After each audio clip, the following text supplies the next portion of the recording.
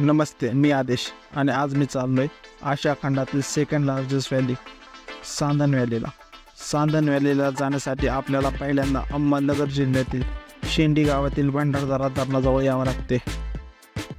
नंतर धरणाच्या डाव्या साईडचा रोडवरून 15 किलोमीटरचा प्रवास करून आपण पोहोचतो रतनवाडीला.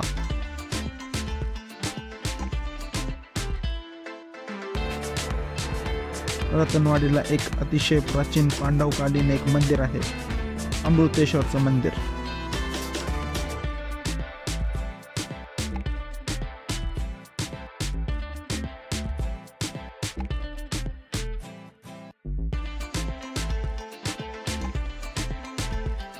नंतर मंदिरापासून 9 किलोमीटरचा प्रवास करून आपण पोहोचतो साम्राट गावात.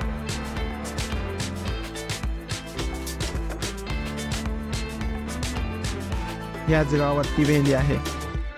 गावाच्या मागच्या बाजूस पार्किंग आहे. त्या ठिकाणी आपण आपली बाईक किंवा कार पार्क करून आपण पोहोचतो व्हॅलीच्या प्रवेशद्वारापुढे.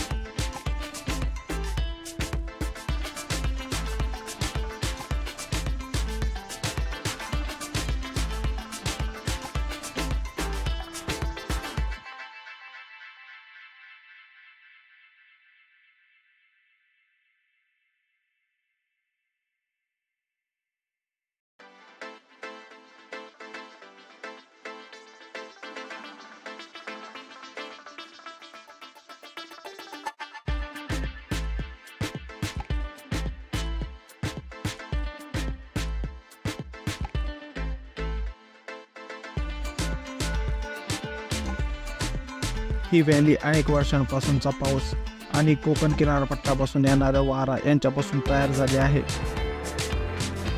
व्हॅली ही काही ठिकाणी 200 तर काही ठिकाणी 250 फूट इतकी खोल आहे आणि काही ठिकाणी 10 फूट तर काही ठिकाणी 5 फूट इतकी रुंद आहे.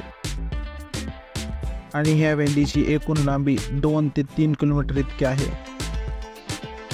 ही व्हॅली पाहण्यासाठी आपण कधीही येऊ शकतो, पण मान्सूनमध्ये जून ते नोव्हेंबरपर्यंत ह्या व्हॅलीमध्ये पावसाचे पाणी प्रचंड प्रमाणात असते. तेव्हा ही व्हॅली आपण फक्त वरच्या भागातून पाहू शकतो.